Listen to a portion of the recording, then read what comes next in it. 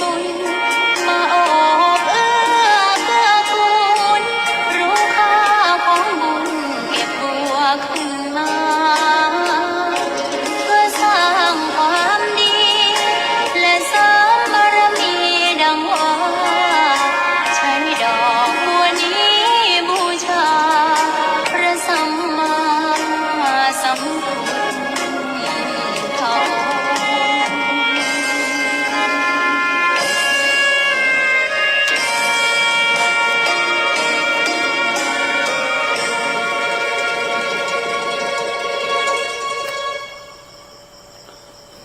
ขอนอบน้อมต่อพระรัตนตรัยแก้วเจ้าสามประการ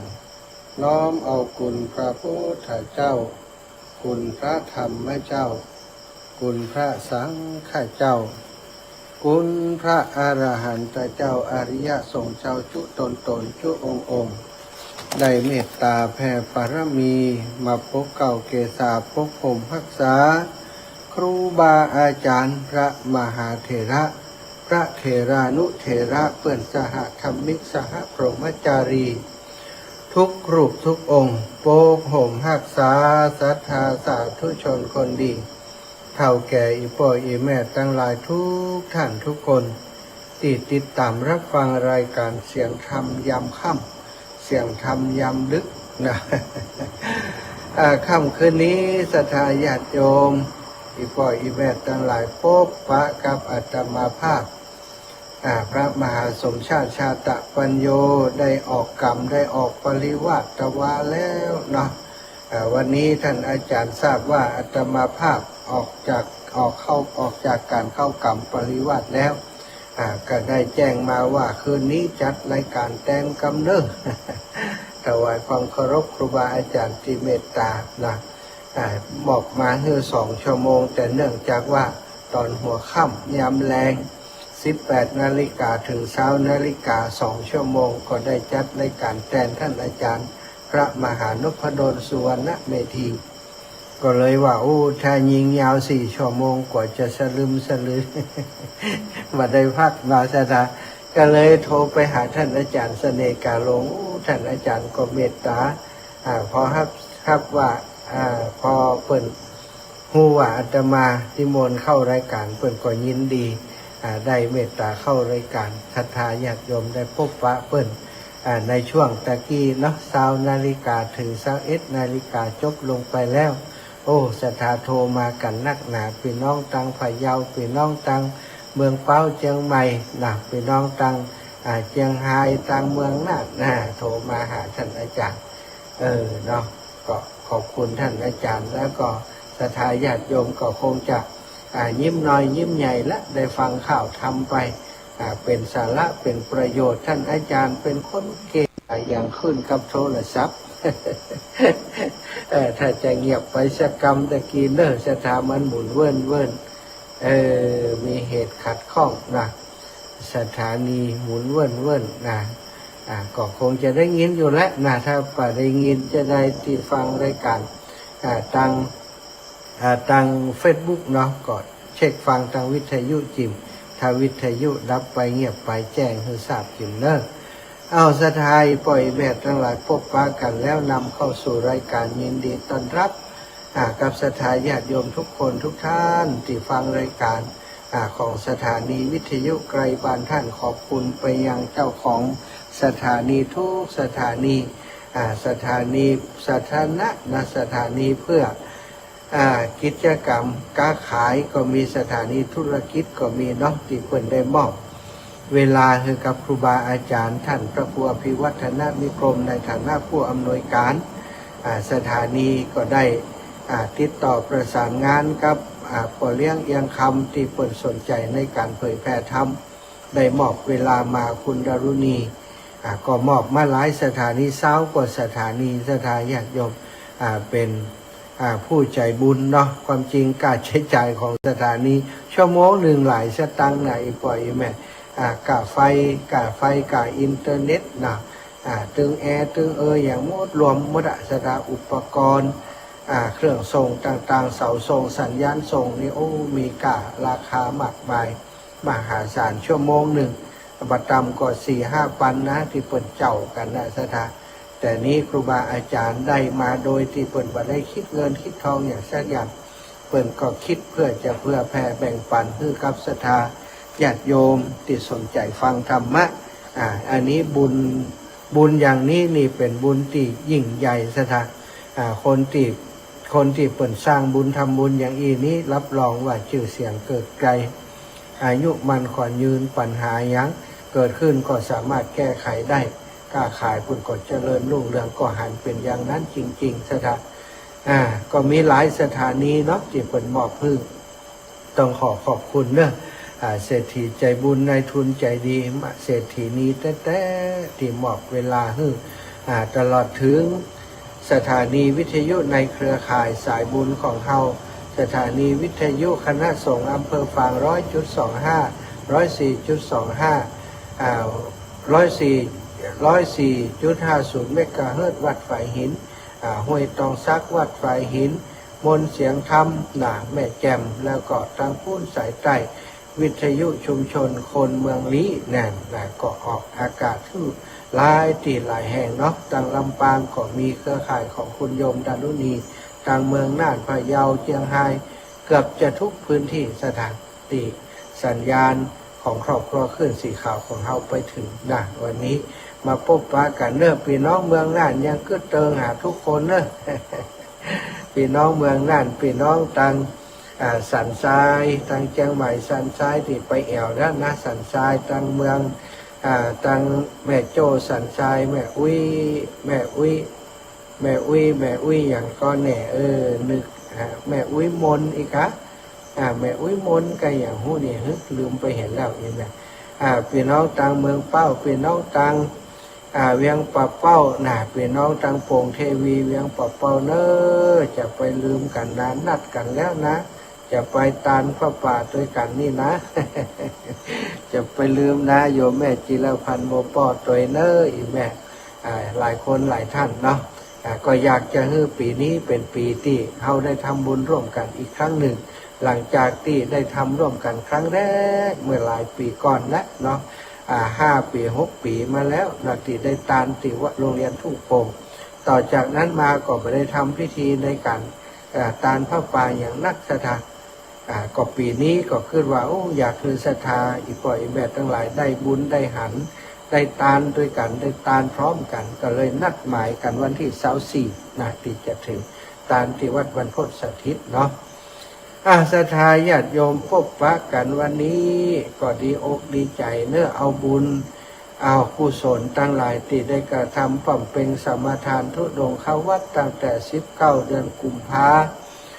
พันธ์2568ที่ผ่านมา19 เดือนกุมภาออกเดินธุดงค์มาปีใหม่ก็ไม่ได้หยอบได้ยั้งกระเปิ่นเนื้อเสร็จเมษาเปิ่นม่วนกันทึดทุเจ้าฝีบาก็เดินธุดงค์คนเดียวต๊อกยอกไปก็เพื่อประโยชน์เนาะตั้งใจแล้วเพื่อประโยชน์ในการคัดเกลาตนตัวของอาตมาเองตัวแล้วก็เพื่อประโยชน์ของการช่วยเหลือโรงเรียนขนาดเล็กอย่างที่ศรัทธาญาติโยมได้ทราบแล้วก็เพื่อเป็นการโปรดศรัทธาญาติโยมที่เปิดได้พบปะระหว่างทางได้ทำบุญได้ใส่บาตรได้ถวายปัจจัยสนับสนุนร่วมบุญในโครงการธรรมยตราได้มีโอกาสพบปะกันก็ไปในหลายพื้นที่ปีนี้ข้ามอย่างไปเมืองน่านมาเมืองแปะชดมาลำพูนชดมาเชียงใหม่ไปเมืองเป้าเมืองสันกำแพงเมืองเป้าเข้าไปทางเวียงป่าเป้าเสถาชดเวียงป่าเป้าออกแม่สวยเข้าเมืองฝาง เข้าเมืองฝางตอนนี้ก็ยังอยู่แม่อายชัยประการฝางอยู่พื้นที่ของอำเภอฝางอำเภอแม่อายที่อยู่ตอนนี้จัดรายการอยู่ที่สุสานบ้านท่าตอนเนอะจะไทยปล่อยแม่ตั้งหลายก็ช่วงนี้ก็คงจะนอนป่าจ้าไปแหมสัก10 กว่าวันเกือบจะ20ละเนาะกว่าจะไปถึงวันที่24ก็จะได้นอนแหมหลายป่าจ้าหลายสุสานอยู่แต่คืนก็ไปนอนที่บ้านคายในวันก่อนมีญาติโยมมาฮับที่บ้านคายในไปเข้าปริวาสที่วัดปางพึ่งเมื่อเข้าปริวาสเสร็จแต่วานี้นะก็เลยได้ มีญาติโยมเปิ่นอยากจะหันหน้าอาจารย์สมชาติเป็นตัวอย่างใด ว่าหันใจฟังแต่วิทยุนะเปิ่นผ่านแม่จงดีมาเป็นโยมแม่ที่เปิ่นเมตตาต่อแม่จงดีแม่จงดีไปดำหัวก่อนเล่าเพื่อฟังอาจารย์สมชาติเปิ่นใครหันอาจารย์สมชาติว่าอันแม่อุ้ยเปิ่นใครหันโยมแม่จงดีก็ว่าโอ้เปิ่นเข้ากรรมที่บ้านนั้นวัดป่างพึ่งนี่นะอีแม่เดี๋ยวถ้าเปิ่นออกกรรมจะบอกคือเปิ่นจะถามเปิ่นว่ามาหาเอวหาได้ก่อแม่จงดีแจ้งไปก่อนเลยว่าโอ้เปิ่นอุ้ยอายุใด94 ปีแล้วโอ้ถ้า94 ปีนี้สมควรจะไปเยี่ยมเพื่อกำลังใจเปิ่นอีเนาะก็บอกแม่จงดีฮับปากเปิ่นออกกรรมแล้วจะไปหานะก็ได้ออกกรรมแล้วก็มาหาตะวันนี้ก็ได้ไปพบปะกับโยมแม่อุ้ยเปิ่นเจ้าอุ้ยอุ่นวงเมธาอายุได้94 ปีก็มีแม่ละพรวงเมธาเป็นว่าแม่ละพรนี่ก็หอมเกือบกุยอย่างที่อาตมาทำโครงการฝากหอมบุญกับแม่จงดีไปแม่อุ้ยอุ่นวงเมธาแม่ละพรวงเมธามีแต่หันแต่จื่อบาหันตัวแต่ว่าก็ได้พบปะกันนะกับแม่อุ้ยว่าเมื่อปีก่อนเนี่ยเดือนพฤษภานี่แหละนะอีแม่ป่วยนักนะเข้าโรงพยาบาลตั้งแต่ปลายเมษาพฤษภาอยู่เป็นเดือนตอนนั้นนี่ใครก็บอกว่าอีแม่บรรลอดแล้วครูบาอาจารย์ไปหาก็บอกว่าต้องห่วงใยลูกหลานเนอะเอาตั้งหน้าเป็นไปเตอะอุ้ยว่าอันแต่สุดท้ายนาสถานที่ครูบาอาจารย์เปิ่นกับแต่ละตนละองค์ไปก็มัดมือฮื้ออวยพรฮื้ออุ้ยนะเอาบุญไปฝากอุ้ยเอาไปเอามาอุ้ยฟื้นเนี่ยสถานฟื้นขึ้นมาสามารถออกจากโรงพยาบาลได้มาอยู่บ้านอยู่จองทำวัดสวดมนต์ได้ประเดี๋ยวนี้แข็งแรงเดินได้อยู่94 ปีเป็นคนจะกล้าจะกังแข็งแรงเป็นแม่เลี้ยงใหญ่มีสวนส้มหลายร้อยไร่นะเกือบจะ200 ไร่ถึงลูกหลานของเพื่อนตัวโยมแม่อุ้ยอุ่นวงเมธาแม่ละพรวงเมธาก็ได้หอมบุญมาท่านอาจารย์ใจส่วนตัวเดินทางไปหั่นไปนี่1,000 บาทแล้วก็เปิ่นก็ยังหอมโรงเรียนขนาดเล็กแถม500 บาทแล้วก็มีแม่พรนิพาวงแก้วเนอะบ้านแม่ใจเหนือหนาหมู่8ร่วมบุญแหม100 แม่ตุ้ยพ้นใสแหม50แม่คำปันสามองดีแหม100แม่สร้อยวงคุณาแหม100แม่แก้วเรือนใจแหม100นี่เยี่ยมโยมแม่อูจามัดติ้นมัดมือตื้อขวัญให้เปิ่นเรียบร้อยก็ออกเดินทางโดยมีโยมปีละพีพันเครือโยเจลันได้เป็นสารถีครับรถมาส่งที่บ้านใครในป่าจ้าบ้านใครในเพราะว่าครั้งก่อนเปิ่นเป็นคนมาฮับ เปิ่นต้องฮับผิดชอบมาส่งไว้ที่เก่าเนาะโยมเจก็ดีบริการดูแลดีมากเลยสถานอาตมาอยู่กับ9 วันปริวาส9 วันโยมปีไปใส่บาตรเกือบทุกวันก่อนนี้ก็เป็นคลื่นสีขาวของเมืองฝางที่เหนียวแน่นดูแลกันมาโดยตลอดแม้จะทำธุรกิจบอกค่อยว่างแต่ก็หาโอกาสปลีกโอกาสมาช่วยงานครูบาอาจารย์ตลอดเหมือนกันเนาะจากนั้นอาตมาก่อนในมาพักที่สุสานปัจจาบันกายภายในเนื่องสถาตะคืนนี่นะเจ้านี่ไปบินทบาทก็ศรัทธาเพิ่นก็ใส่บาทเพิ่มแม่แหมเนาะแม่จินตนาแจมเงินถวายปัจจัยร่วมบุญโครงการโรงเรียนมาแหม100แม่เลวดียะลินแหม100แม่บุภาเรื่องปัญญาเวทแหม50 บาทแม่บัวคำแสนประสิทธิ์แหม100 บาทแม่สุภาพจันอินทรเนาะแหม100 บาทแม่มาลิวันพิเคราะห์งานเพิ่มแหมวันก่อนก็หอมไปแล้วรอบนี้เพิ่มแหม200แม่นงไวแหม100แม่จันธรรมวาดแหม60 บาทแม่สุธรรมเกหาแหม100นายวัชระพงษ์นางทับทิมใจน้อยแหม100แม่สมจิตอ่อนนักมุลแหม40แม่แสงเลื่อนจันทาคำแหม50แม่อำนวยใจน้อยแหม108 บาทโดเต่าอิติปิโส108พอดีนะแม่นารีจันใจทรินแหม60 บาทแม่คำปอธิดาแหม100 บาทนางสาวสิรินทิพย์ธิดาแหม100 บาทนายกฤษณวัฒน์ ธิดาบ้านเด่นใจแหม100 บาทแม่อุ้ยกองแหม40 บาทนะอันนี้ก็เป็นศรัทธาญาติโยมที่ให้หอมร่วมบุญร่วมกุศลมาติดมาต่อเนื่องก็เก็บไว้เอาเข้าบัญชีไปไว้จะถอนมาวันที่24มาร่วมในพระป่าครั้งนั้นเนาะนี่ก็เข้าก่อนก็แม่มะลิวันพิเคราะห์งานเด็กหญิงพัชิชาเนาะจิตอรุณถวายร่วมบุญวันเกิด200แม่มะลิวันพิเคราะห์งานถวายครั้งก่อน600แม่ฟองแก้วแสนประสิทธิ์บ้านคายนอกเนาะแหม100นางละพีพันธ์เครือโยโยมปีละพีพันธ์เครือโย800นะแม่จันทร์ศรีสุขา100อันนี้ก็เป็นศรัทธาญาติโยมที่เปิดหอมมาก่อนแล้วเนาะแล้วก็มีศรัทธาญาติโยมเนาะทางบ้านเปียงกอกเนาะบ้านเปียงกอกนี่แม่วันนี้แม่พันนีแสงตะแม่พันนีทองเนนเนาะบ้านเปียงกอกพร้อมกับญาติธรรมของเปิ้นหลายคนหลายท่านให้หอมมาแม่พันนีนี้ทั้งหมดเป็น600 บาทนะแม่พันนีแล้วก็แม่บุญเรืองเนาะศรัทธาญาติโยมพี่น้องบ้านต้นพึ่งแม่บุญเรืองหรือว่าแม่คำชัยเงินอันนี้ก็ติดตามลำตัวก่อนว่าคนนี้เปิ่นอยู่ไหนเนาะเปิ่นจะติดตามทาง Facebook ตลอดไปหันเปิ่นแล้ววันนั้นบ้านหลังใหญ่หลังโตเนี่ยแม่บุญเรืองนี่นะแม่อัมภัยหรือว่าแม่ใจรัตนังนักก็ร่วมบุญมาก่อนแม่พันนีมโนแปงแม่วันสุรินตาแล้วก็โยมปีบัวชรบุญปันม่อนปิ่นนะแล้วก็มีญาติโยมนะศรัทธาญาติโยมแม่จันสมวงเชียนนะบ้านม่อนปิ่นได้หอมอาตมาเมื่อวันที่16ที่ผ่านมา 2,000 บาทแล้ววันที่27ที่ผ่านมาโอ้ยแม่ตายละไปเห็นแล้วบัดเดี๋ยวนี้ขึ้นสีขาวเมืองฝางหายไปแห่ง1 คนเนาะเปิ่นอยู่บ้านม่อนปิ่นเปิ่นเสียชีวิตเมื่อวันที่27และอาตมาก็ได้ไปวันที่1เนาะก็ได้ไปส่งสการทานข้าวได้ไปจุ่มศพแม่เข้าสุสานป่าช้าอยู่ตามคำที่แม่สั่งไว้นะถ้าแม่เป็นอย่างไปจานมะพอจิมน้ำมาส่งศพแม่จิม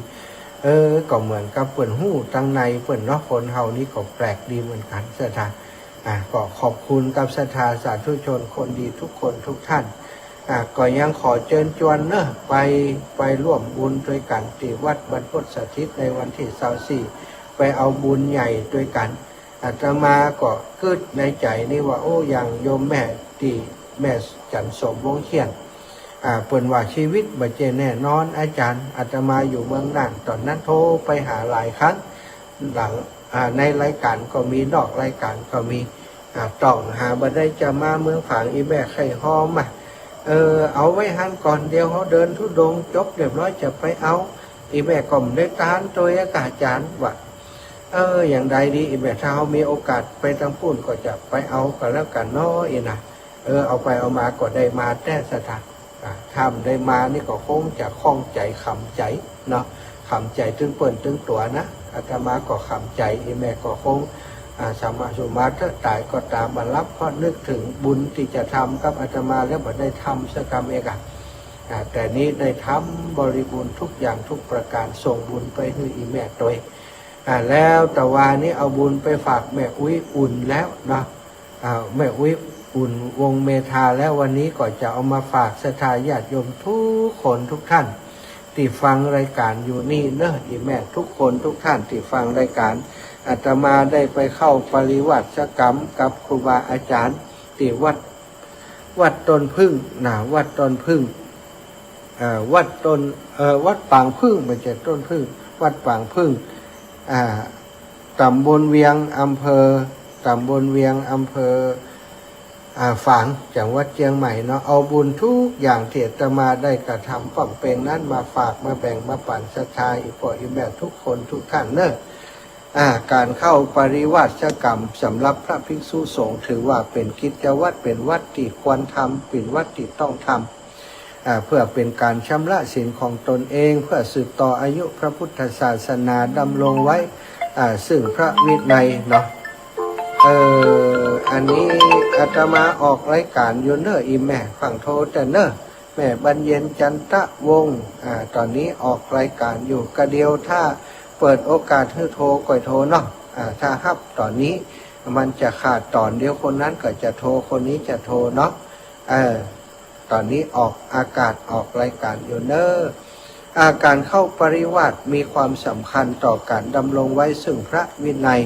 ของพระพุทธเจ้าสถาเพื่อเป็นการชำระศีลนะได้ปฏิบัติตามกิจวัตรที่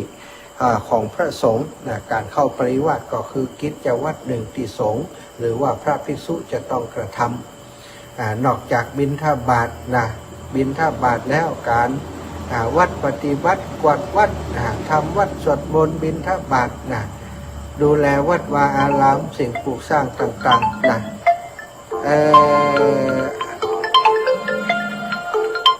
แต่กี้ลืมชื่อแหละเดือดร้อนล่ะ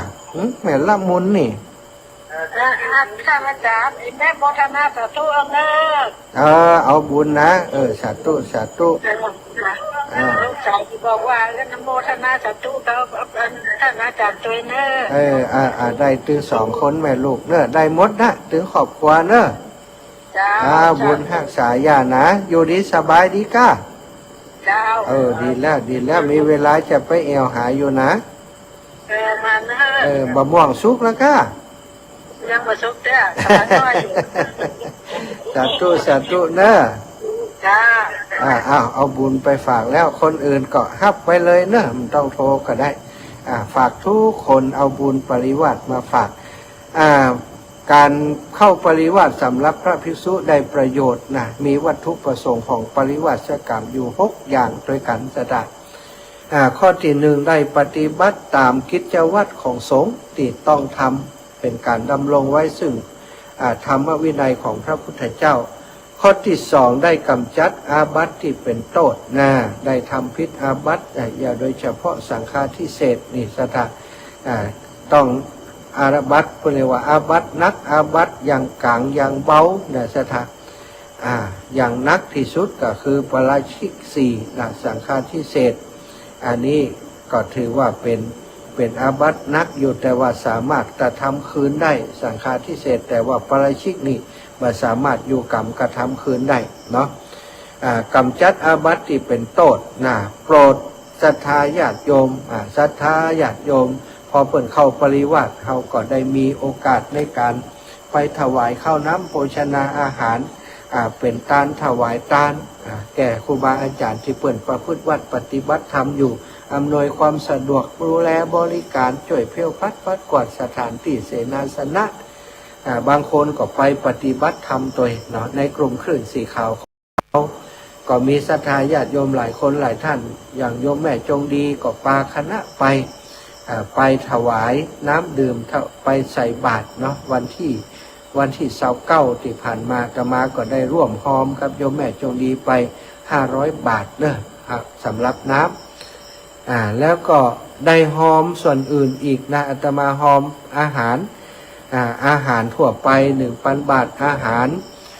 ที่เป็นอาหารเจแหม 1,000 บาทแล้วก็หอมหล่อพระพุทธรูปนะแหม 1,000 บาทสถานอันนี้ก็คือทั้งหมดนะที่หอมนั้นหอมในนามของคลื่นสีขาวเนอะสถานเพราะปัจจัยที่เอาไปหอมเปิดนั้นก็คือปัจจัยที่ศรัทธาญาติโยมได้ถวายกับอาตมาเนาะโยมแม่อาตมาจัดรายการไปเชียงใหม่อยู่เนอะที่แม่จะถามที่แม่ก็อยู่เชียงใหม่แวะเด็กลูกจัดรายการที่ไหนอาจารย์มาถ้าตอนที่แม่อยู่อำเภอสันทรายเนี่ยเจ้าฟังของวัดฝ่ายหินเนอะ104.50ของวัดฝ่ายหินนี่แหละเจ้าฟังฝ่ายหินได้เจ้าตะกี้ก็นอนลูกเนาะเจ้าเปิดว่าอยู่เชียงใหม่เนาะอันนี้ก็เป็นประโยชน์นะสถาได้หอมแตนสถาญาติโยมเนอะบ่ใจว่าโอ้หอมแล้วได้กัดตัวเก่าคนเดียวเพราะปัจจัยที่เอาไปหอมนั้นหอมฮื้อเป็นสตังของโยมทั้งนั้นแหละเราอาตมาบ่ได้หากิน บ่ได้ทำงานบ่ได้มีรายได้จากที่ไหนสถาหอมมาแล้วตามแต่อัธยาศัยพระอาจารย์เถอะก็เอามาทำบุญอย่างนี้ฉะนั้น ตังที่เอามาทำบุญไม่เมื่อเป็นของศรัทธาญาติโยมอาตมาเป็นสะพานบุญเชื่อมต่อฮื้อเอามาทำบุญฮื้อศรัทธาก็ได้เท่ากันกับอาตมาที่ได้เนาะข้อที่ 3ได้โปรดญาติโยมข้อที่ 4ได้ข่มมานะละทิฏฐิของตัวเก่าศรัทธามานะทิฏฐิทุกคนมีอยู่พระสงฆ์องค์สังฆเจ้าก็เหมือนกันทิฏฐิพระมานะกษัตริย์นี่ศรัทธาพระสงฆ์องค์สังฆเจ้าบางรูปบางองค์เป็นปรริยนธรรม8ประโยค9ประโยคบางพ่องเป็นเจ้าคณะอำเภอเป็นรองเจ้าคณะอำเภอเจ้าคณะตำบลตลอดถึงเป็นพระสมภารหัววัดต่างๆอายุอาวุโส30-40 พรรษา50 พรรษา60ก็มีศรัทธาที่มาปฏิบัติธรรมเข้าปริวาสด้วยกันในครั้งนี้ตึงอาจารย์กรรมและก็พระลูกกรรมอาจารย์กรรมนี้มีอยู่38รูปเนาะศรัทธา38ไปแล้วออกไปแล้วนะ แล้วก็พระลูกกรรมมีอยู่96รูปนี่ที่เข้าปริวาสด้วยกันแม่ขาวเนาะอุบาสกอุบาสิกาแหมก็ประมาณ30คน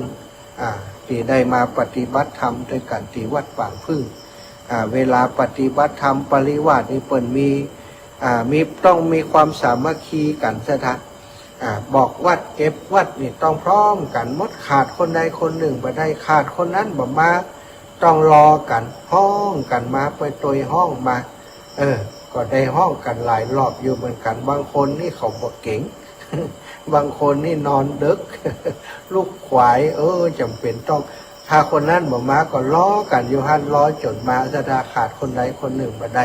ตึงอาจารย์กรรมตึงพระลูกกรรมเป็นกฎเป็นระเบียบเพิ่นอันนี้ก็เป็นการลดมานะละทิฏฐิข่มทิฏฐิตัวเก่าได้มาเข้ากรรมได้เข้าปริวาสนี่ยศตำแหน่งนี้เอาของไว้หน้าวัดเข้ามาในวัดแล้วเป็นพระลูกกรรมกับเป็นพระอาจารย์กรรมอย่างเดียวพระลูกกรรมนี้ห้ามเถียง ครูบาอาจารย์สั่งอย่างไรต้องได้อย่างนั้นนะเปิ่นสั่งไหวก็ไหวสั่งกราบก็กราบอันนั้นเป็นกฎระเบียบติดเป็นพระธรรมวินัยของพระพุทธเจ้าเสถะ อันนี้4ข้อไปแล้วได้ข่มมานะละทิฏฐิข้อที่ 5ได้ปิติปราโมทย์ในการปฏิบัติคนปฏิบัตินี่ก็จะหู้นะหลายคนเปิ่นโดนจงกรมนั่งสมาธิกรรมฐานซึ่งทำทุกวันอิติปิโส108จบนี่สวดทุกวันเสถะวันละ2รอบอิติปิโส108จบนะอิติปิโสนี่แล้วก็พาหุง108อิติปิโสสวดสรรเสริญพระรัตนตรัยแหมทำทุกวันสวดมนต์ทุกวันสวดอันธรรมจักรกับปวัตนสูตรโดยสวดโยโกห้องพุทธมนต์นี่ทุกวันแล้ววันสุดท้ายคือวันที่5คืนสุดท้ายคืนวันที่5มีการรอพระพุทธรูปองค์หนึ่งสถานอันนี้ก็ได้มาร่วมบุญกับเพื่อนได้เอาบุญทุกอย่างมาฝากมาแบ่งมาปั่นศรัทธาเนอะได้ปิติโดยการข้อที่ 6ได้เป็นประโยชน์ในการเผยแผ่พระพุทธศาสนาพระธรรมคำสอนของพระพุทธเจ้าทุกคืนจะมีครูบาอาจารย์มาแสดงธรรมมาเทศน์คือข้อคิดข้อธรรมกับคนที่เข้าปฏิบัติและศรัทธาญาติโยมที่เพิ่นมาร่วมฟังโดยศรัทธาอันนี้คือสิ่งที่เป็นประโยชน์ที่ได้กระทำในระหว่างตั้งแต่วันที่27ถึงวันที่6ที่ผ่านมาเนอะเอาเป็นบุญมาฝากกับศรัทธาเฒ่าแก่อีพ่ออีแม่ทั้งหลายเนาะการเข้าปริวาสกรรมเพื่อดำรงธรรมวินัยของพระพุทธเจ้าให้ยั่งยืนมีครูบาอาจารย์มาคือความรู้ทางธรรมทางปริยัติทางปฏิบัติอนุเคราะห์กุลบุตรกุลธิดาที่บวชมาในพุทธศาสนา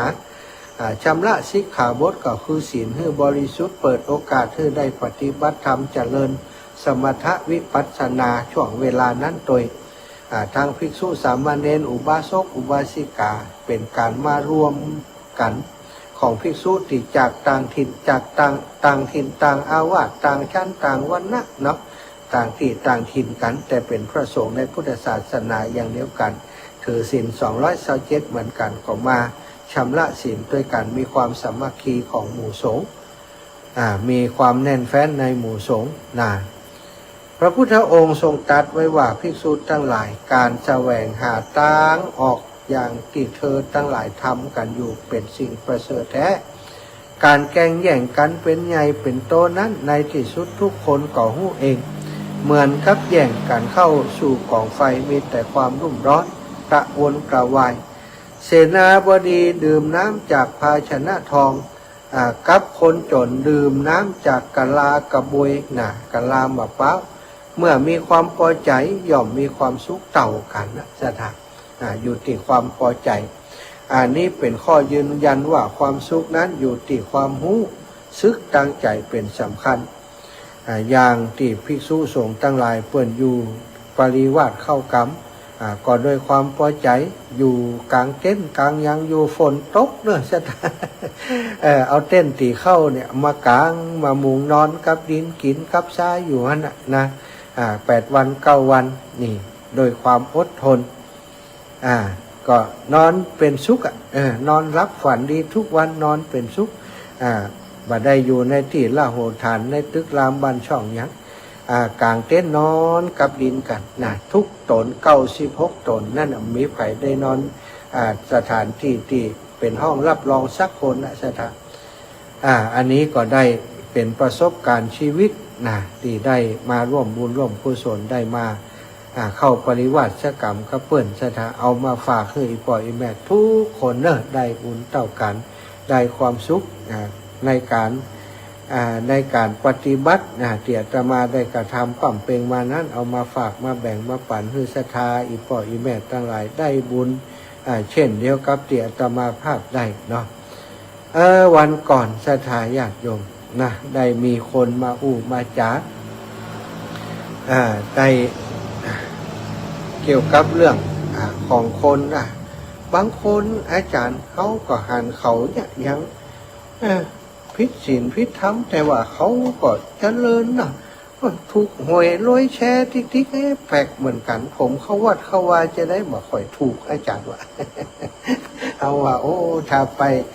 ถ้าทำบุญไปเพ่งแต่จะถูกหวยมันก็บ่ใจที่ใจทางแล้วศรัทธาเปิ่นทำบุญเปิ่นทั้งทานนี่ก็ขจัดความตนีที่เหนียวเงินทองทรัพย์สินนี่ไผก็ห่วงไผก็อยากได้ให้มันนักคืนแต่เฮานี่สละออกไปก็เพื่อจะคัดเก่าตัวเองว่าเป็นจะได้เป็นคนบ่ขี้บัตนีที่เหนียว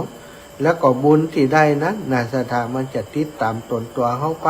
คือความสุขของเฮาไปตั้งแต่พบนี้ไปพบหน้านะคะอาการจะถูกหวยบ่ถูกหวยนี่มันเป็นแหมเรื่องนะศรัทธาถ้าตัวไปหวังถูกหวยมันก็ใจต่างกันเนาะก็อู้กันศรัทธาญาติโยมพระพุทธองค์ทรงตรัสว่าคนผู้ต้องเศร้าโศกในโลกทั้งสองมีอยู่ผู้ที่ทำบาปย่อมเศร้าโศกในโลกทั้งสองก็คืออยู่ในโลกนี้ก็มีความทุกข์ศรัทธามีความเศร้าโศกละจากโลกนี้ไปแล้วก็เศร้าโศกไปตั้งหน้าศรัทธาย่อมเศร้าโศกเดือดร้อนเพราะหันกรรมอันเศร้าโศกของตนที่ได้กระทำไว้แล้วเมื่อตายไปถ้าเขาเชื่อเรื่องการเวียนว่ายตายเกิดศรัทธาบางคนเชื่อกรรมคือเชื่อว่าทำดีย่อมได้ผลดีทำชั่วย่อมได้ผลชั่วแต่เฉพาะในโลกนี้เท่านั้น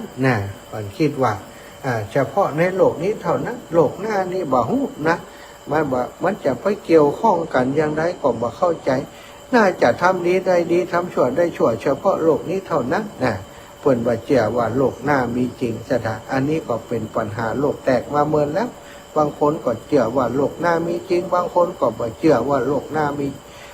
มีจริงหรือมีแต่ว่าถ้าเขาเชื่อพระพุทธเจ้าเชื่อเหตุเชื่อผลเชื่อหลักการพระพุทธองค์ก็ตรัสไว้หลายที่ศรัทธาเรื่องของการเวียนว่ายตายเกิดของสรรพสัตว์ทั้งหลายแม้แต่พระองค์เอง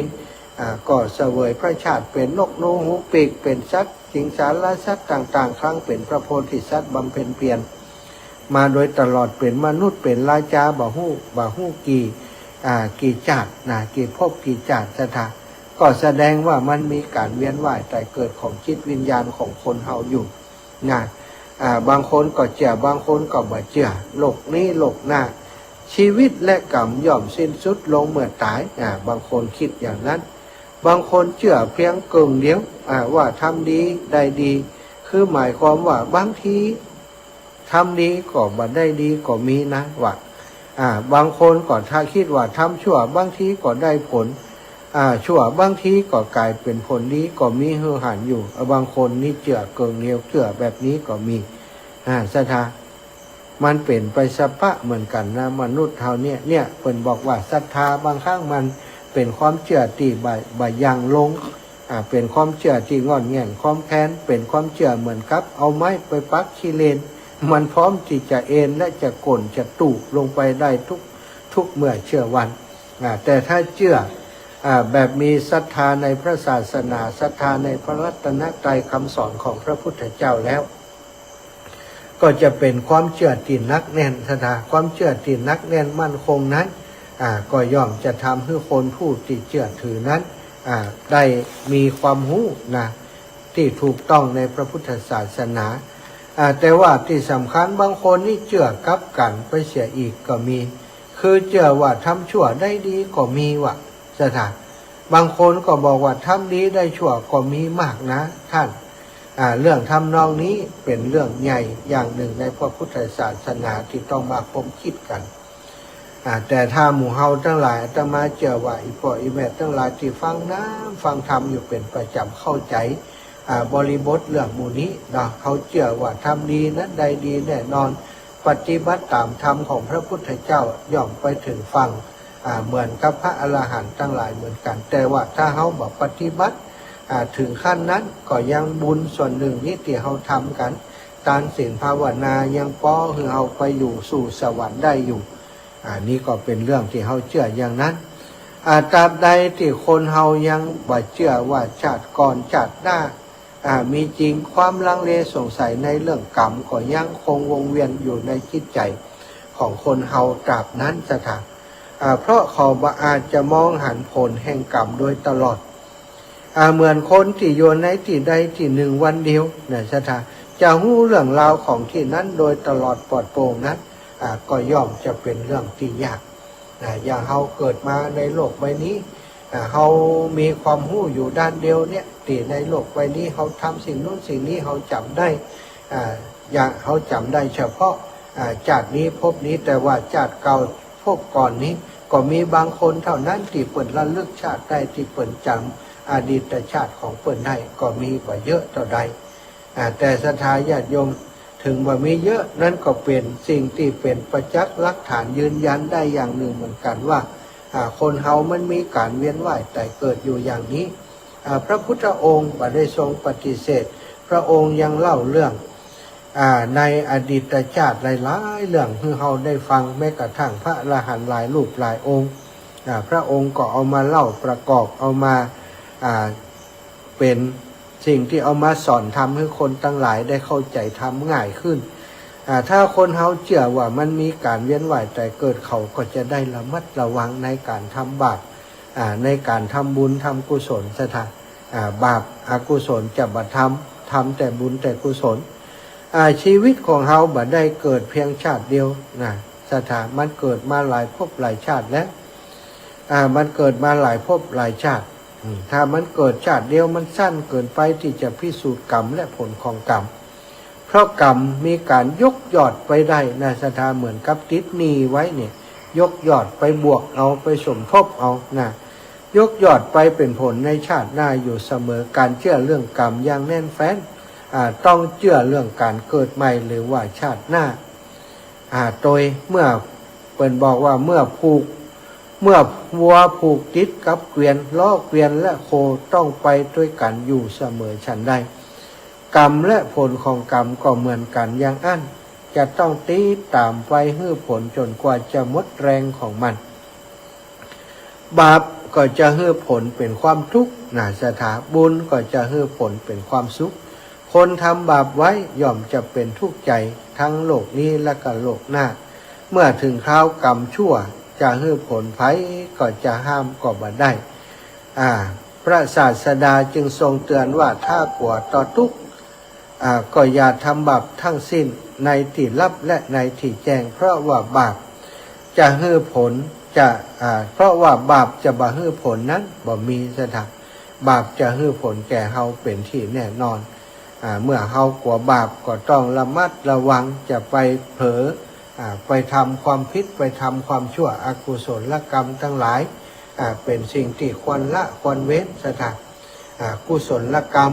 ก็คือการปฏิบัติตามศีล5ประการนั้นสถาน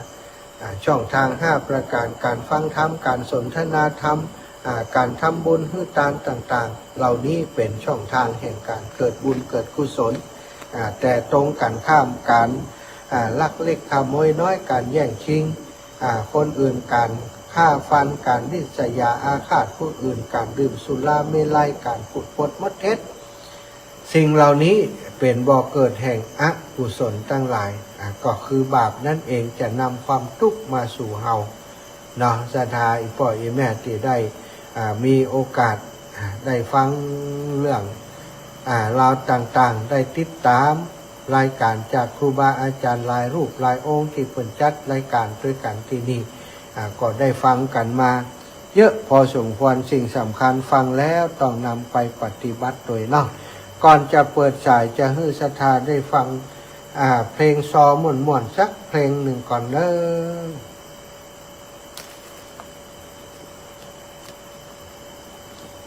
มีไหนเปิดแล้วก็บ่ออกกะไปที่ไหนสาธุการพระอาจารย์ท่านเจ้ามหาชมชาตินี้เราชาติสาบันอยู่ลูกศิษย์พระพุทโธเป็นสงฆ์นอเนาผู้ตั้งคิดเราอ่านปานิทาน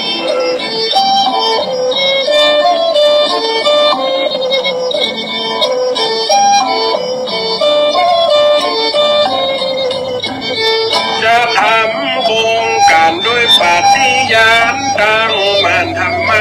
ญาตรานั้นเพื่อการศึกษาเปลี่ยนหวังพาเปลี่ยนโรงเรียนหมู่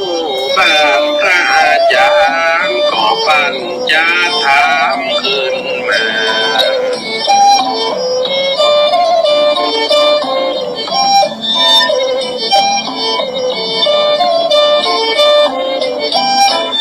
นับตั้งเดือนกุมภาวันที่16ว่าอันปี61นานที่ท่านทำมาเดินธรรมา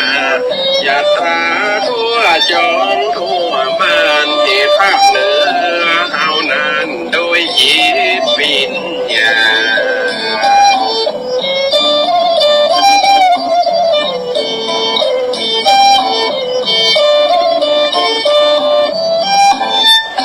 การศึกษามีปัญหาต้องแก่โรงเรียนย่ำแย่ขนาดเล็กเมืองปานท่านพระอาจารย์บรรทัดฐานกิ่งกล้าบอทานเห็นว่าการศึกษาสำคัญ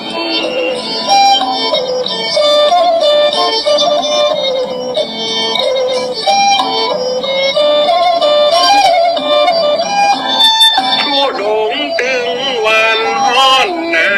วก็สู้บ่มีวายเป็นคู่ก้อยเดิมทางไปพูดเดียวเจียงเสนเจียงไห้เมืองแพร่เมืองน่านถึงบ่เมื่อยบ่คานพูดเจียงใหม่ลำปาง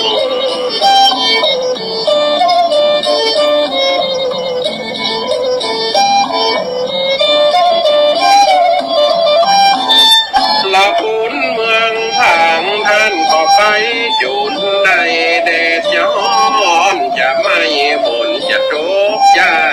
มท่านก็ตรัสตำโปรดสถาโยมญาติโดยความสามารถสองเท้าก้าวเดิน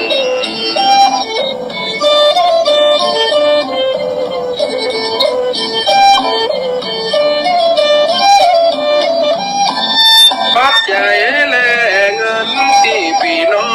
งเหนือใจท่านตั้งใจมอบไว้เป็นกองทุนนักเรียนไว้อ่านไว้เขียนอุปกรณ์ต่างๆได้นำไปสร้างทุกอย่าง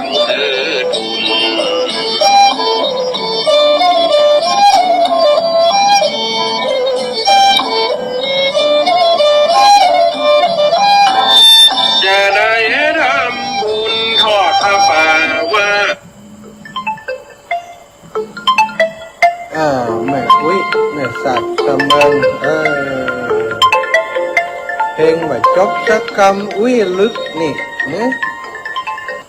อุ้ยนี่ลึกนี่เพลงจบสักคำอ่ะ มาได้ยินเสียงมาได้ยินเสียง อืม มาได้ยินเสียงจักมันออกใจ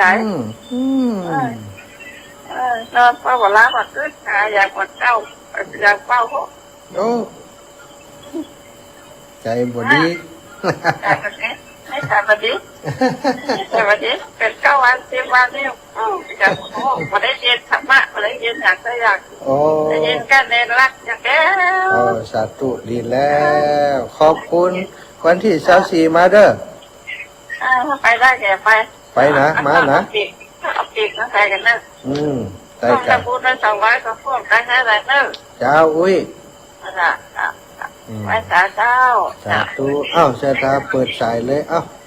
ไหนอุ้ยก็โทรมาแล้วสาธาคนอื่นก็อยากจะโทรแล้วกันอ้าวมีเวลาให้เล็กน้อยนะวันหลังก็เปิดให้ฟังก่อนแล้วกันเพลงมีให้ฟังอยู่เนอะสาธาใครจะโทรเข้ามาโทรมาได้แล้ว0808844173เนอะเบอร์เก่าเบอร์เดิมนั่นเนาะนะ0808844173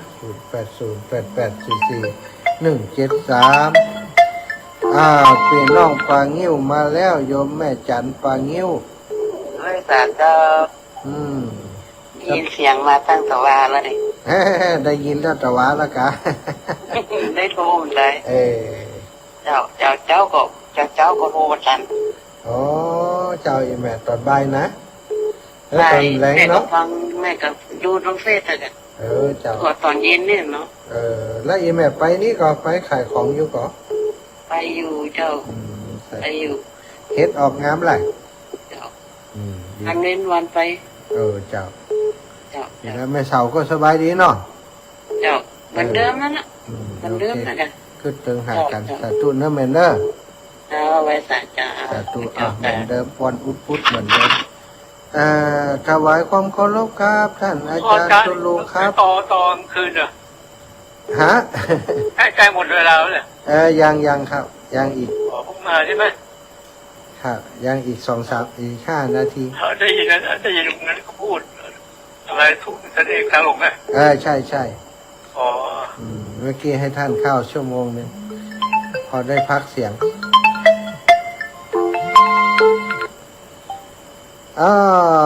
สาธุพ่อน้อยทองอีป่อพี่น้องเมืองเป้ามาแล้ว ครับผมสวัสดีครับท่านมหา โอ้วันนั้นก็เกิดว่าจะโทรว่าท่านมหาก็มาเข้ารบกวนนะครับพอดี8 ข้าแต่ว่าซื้อนี่ไปส่งนะพระธาตุบ้านเกิดของตุกพระสัตว์พอโรงนะ ป่อ ก็มีคนมามาถามว่าโอ้แต่กี่ได้เอาศาสตร์พระมหามาเอียบ้านกายโอ้ได้ยังไงฟังรวยหรอกโอ้จะเราป้าแต่ว่าประเด็นนี้ฟังจัดนักด้วยท่านมหา เดี๋ยววันหน้าไปเอาทำไม ครับวันนั้นเขาก็บอกว่าก็ได้ถ้ามันมาขอบอกกับคนจะไปห้องกินลูกตาลกับพอน้อยไหนเนาะ ได้การดีละ มันมาโดนแล้วไปเนาะ ก็มีเหมือนอยากละหูตังเตียวละหูตังไปละไปมันอยากละ โอ้มีคนฟังนั่นนะครับท่านมหา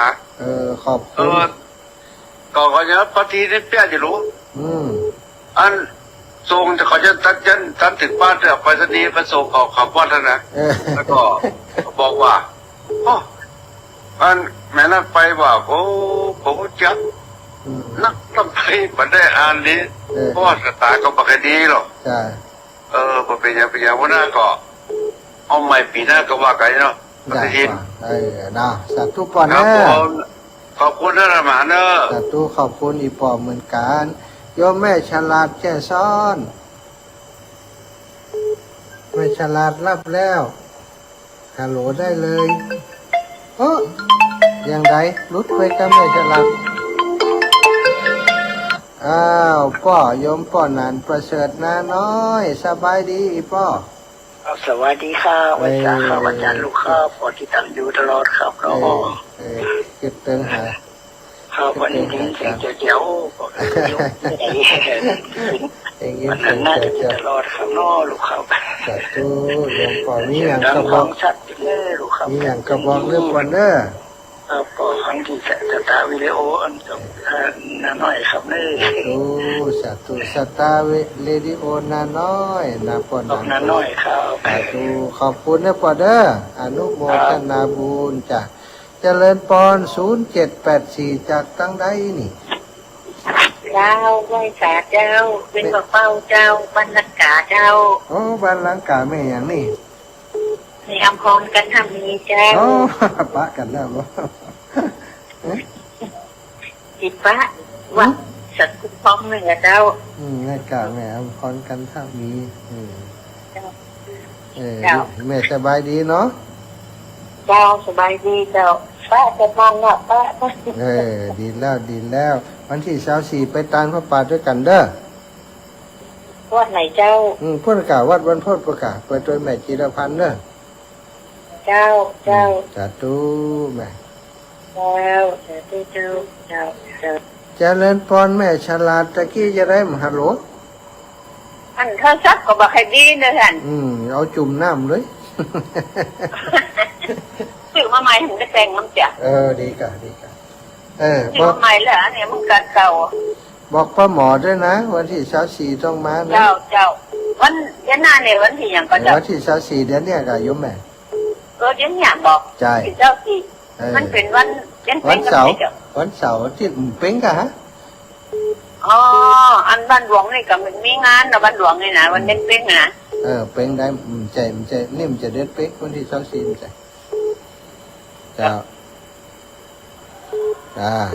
ขอบคุณยี่แม่เด้อตัวแทนพี่น้องบ้านเฮา แต่ตัวแทนจังเขียนเจ้าถึงไม่เคยไปเนาะ มาซึ่งไม่เคยโทรไปหาเขาแล้ว นักกาอีแม่นะเป็นตัวแทนสัตว์ตุนเนอครับสายปวินก่อนโยมแม่เดี๋ยวจะหมดเวลาเจริญปอนี่ป่อหลวงวินแม่หลวงไว้ตะกี้ได้ยินโทรหาท่านอาจารย์เสน่ห์อยู่กะ โอ้ใช่แหละแล้วโทรถามมันได้ยังอาจารย์คนนี้นะ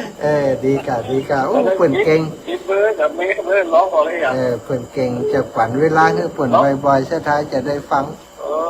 แกทำบัตรแกหมดอ่ะ ม่วนโอ้เปิ่นเป็นผู้รู้หลายอย่างนะอีปอกเก่งหลายอย่าง หมดแล้วก็ใส่ตัวแกหอยอ่ะ จ้า แล้วอยู่ไหนจะนี่ อยู่ท่าตอนให้อีปอ โอ้ ท่า ตอน แม่ไอ้แม่ไอ้จ้า หลายวันอยู่เนาะ ปอหลายวันอยู่ ขอบคุณอีปอเนอร์ฮับสายปีน้องตาวังผากำสาธุเจริญปอนปีน้องตาวังผาฮับแล้วอาโลได้เลย อาจารย์ โอ้ยมปอ ครับยกพี่ปอผมมา โอ้นี่บ้านผาแมวกะ ครับ ผาแมวนี่มาหลายๆนะวันที่24นะครับ ผาแมวมา ผม ช่วย จะไปผลิต24จะไปหาพระอาจารย์ครับ ปักกันมาหลายๆ แต่เขาจะไลฟ์เพราะ นักกะได้มาหันปีน้องต่างบ้านต่างจ้องคนนั่นคนนี้เนาะ ครับว่าเขาหาว่าอาจารย์หลายครั้งมันคิดครับเขาจะว่าไปเข้ากำอย่างไร ใจขอบคุณอีกว่าเด้อขอบคุณเด้อเวลาหมดเวลาอายุวันโลชูขังพลังแหมสายสุดท้ายศรัทธาญาติโยมรวดลาด้วยแม่อุ้ยหลงเนี่ยเนอะอยู่ดีมีสุขกันคู่คนเนอะอยู่เมืองแม่อายพี่แม่ท่าตอนแม่อายท่าตอน ได้ยินหลายวันแล้ว น่ะ